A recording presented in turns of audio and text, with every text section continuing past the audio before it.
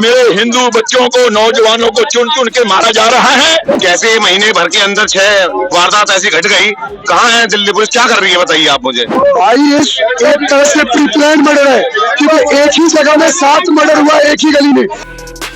दिल्ली के सीलमपुर में एक चौंकाने वाली और दिल दहला देने वाली घटना सामने आई है, जिसने न सिर्फ स्थानीय लोगों को हिलाकर रख दिया है, बल्कि पूरे शहर में हलचल मचा दी है। इस घटना ने न सिर्फ कानून व्यवस्था पर सवाल खड़े कर दिए हैं, बल्कि सामाजिक ताने बाने को भी झकझोर कर रख दिया है। कुणाल हत्याकांड ने पूरे इलाके में तनाव का माहौल पैदा कर दिया है। कहा जा रहा है कि एक मुस्लिम युवक ने एक हिंदू युवक की बेरहमी से हत्या कर दी। इस घटना के बाद इलाके में सांप्रदायिक तनाव बढ़ गया है।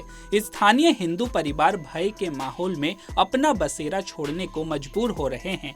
वहीं बीजेपी कार्यकर्ता और हिंदू संगठनों के कार्यकर्ता सड़क पर उतर आए हैं और आरोपी की गिरफ्तारी और कड़ी कार्रवाई की मांग कर रहे हैं। एक के बाद एक मेरे हिंदू बच्चों को, नौजवानों को चुन चुन के मारा जा रहा है। एक बहुत गहरा षड्यंत्र यहाँ चल रहा है, नॉर्थ ईस्ट दिल्ली को मिनी पाकिस्तान बनाने का। ये उसी की कड़ी का एक पार्ट है। प्रशासन इतना प्रशासन इतना अच्छा है, हमारा दिल्ली पुलिस प्रशासन इतनी अच्छी है कि 24 घंटे के अंदर वे ढूंढ नहीं पाए, लेकिन यहाँ पे लाठीचार्ज पूरा कर रही है। मर भी हमारे रहे, लाठी भी अभी कर रहे। ये दिल्ली पुलिस प्रशासन कितनी अच्छी कार्रवाई कर रही है। शांति प्रिय ढंग से अगर हमारे हिंदू बच्चे, कार्यकर्ता, माताएं, बहनें अपना रोष प्रकट कर रही हैं, तो कम से कम ये अधिकार हमारे से मत छीनो। ये हिंदुस्तान है, ये दिल्ली है, ये बांग्लादेश या वेस्ट बंगाल नहीं है। भाई साहब, यहाँ पे जो गतिविधियां चल रही हैं, ये गतिविधि कोई एक दिन की नहीं है, यह गतिविधि कोई 2 दिन की नहीं है, यह गतिविधि कोई 3 दिन की नहीं है। बीते दिन गोकलपुर में पूरे दिल्ली ने देखा है, पूरे देश ने देखा है गोकलपुर में क्या हुआ है। फिर चलता है आज यहाँ पे सीएमपुर में कार्रवाई हुई है। जो यहाँ पे कार्यक्रम, जो यहाँ पे कांड हुआ वो सो तो अलग, पुलिस प्रशासन जो है वो यहाँ सहयोग, यहाँ के आवासियों का सहयोग करने का राजी नहीं हो रहा।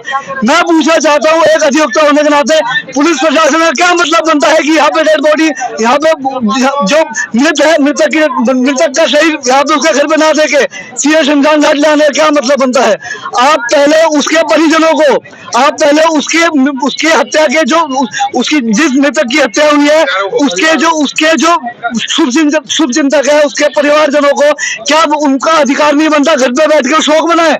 क्या उसके यार दोस्तों का जो यहाँ पे पीड़ित है उनके दुखजनों का उनका अधिकार नहीं बनता यहाँ पे बैठ के शोक मनाए, यहाँ पे बैठ के वो अगली पलों में देखे? नहीं, पुलिस प्रशासन ने जो कार्रवाई करी, घर लाने की बजाय मृतक की बॉडी को सीधा शमशान घाट ले आने की, यह बहुत ही निंदनीय कार्रवाई है। उसी के चलते आज हम सब यहाँ बैठे हैं। कल गोकलपुर हुआ, आज सीएमपुर हुआ, कल हमारे गली में हुआ। फिर पुलिस का काम बाद में होता है, पुलिस पहले क्यों नहीं कार्रवाई करती इस बारे में? तो भाई साहब, प्रशासन क्या कर रहा है, दिल्ली पुलिस क्या कर रही है? कैसे महीने भर के अंदर 6 वारदात ऐसी घट गई, कहाँ है दिल्ली पुलिस, क्या कर रही है बताइए आप मुझे। उस बच्चे का शव नहीं, किसी बच्चे की जान चली गई, वो क्या उसको अधिकार नहीं है क्या? उस बच्चे को घर नहीं ले जा सकते? 7वीं घटना ऐसी हो गई, गाजीपुर में हुआ, सीलमपुर हुआ, गोकलपुर में हुआ। किसकी जिम्मेदारी है? क्या कर रहा है प्रशासन? ये दिल्ली पुलिस क्या कर रही है? आप देखिए, आपके सामने ट्रैफिक खोल दिया गया, हम प्रोटेस्ट कर रहे हैं यहाँ पे बैठकर। इतना भी हक नहीं मिलेगा क्या? मैं कह रहा हूँ, अगर 7वीं बार ऐसा हुआ आपके साथ, हमारे साथ ऐसा होगा, तो ये चलता ही रहेगा क्या? कब नाम लगेगा इस पे? कब आग खुलेगी दिल्ली पुलिस की? कार्रवाई क्यों नहीं हो रही है? आप खुद कह रहे हैं वो घूम रहे हैं ऐसे करके, उन लोगों पे क्या कार्रवाई हुई? किसी बच्चे की जान चली गई, क्या किया दिल्ली पुलिस ने? 7वीं की भी घटना ये लगातार 1 महीने के अंदर हुई। भाई ये एक तरह से प्री प्लान मर्डर है, क्योंकि एक ही जगह में 7 मर्डर हुआ एक ही गली में।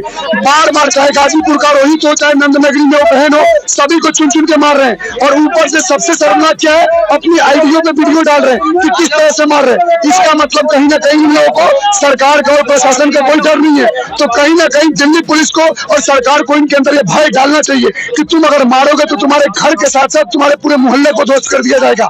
क्योंकि यहाँ पे लोगों की हिम्मत तोड़ने की हर टाइम कोशिश की जा रही है। जहाँ भीड़ कम हो रही है, लट बजाते रहो। ये तो हम जैसे आ गए जो टिके हुए हैं। भैया, क्या आप अपने देश में इंसाफ मांगना पाप हो गया है क्या? हिंदू हर चीज पलायन करता रहे, यहाँ भी लोग घर चिपकाना स्टार्ट करते हैं ब्रह्मपुरी जैसा, फिर हम कहाँ जाएंगे? लास्ट में कोई जगह बची है हमारे लिए तो सुन लो।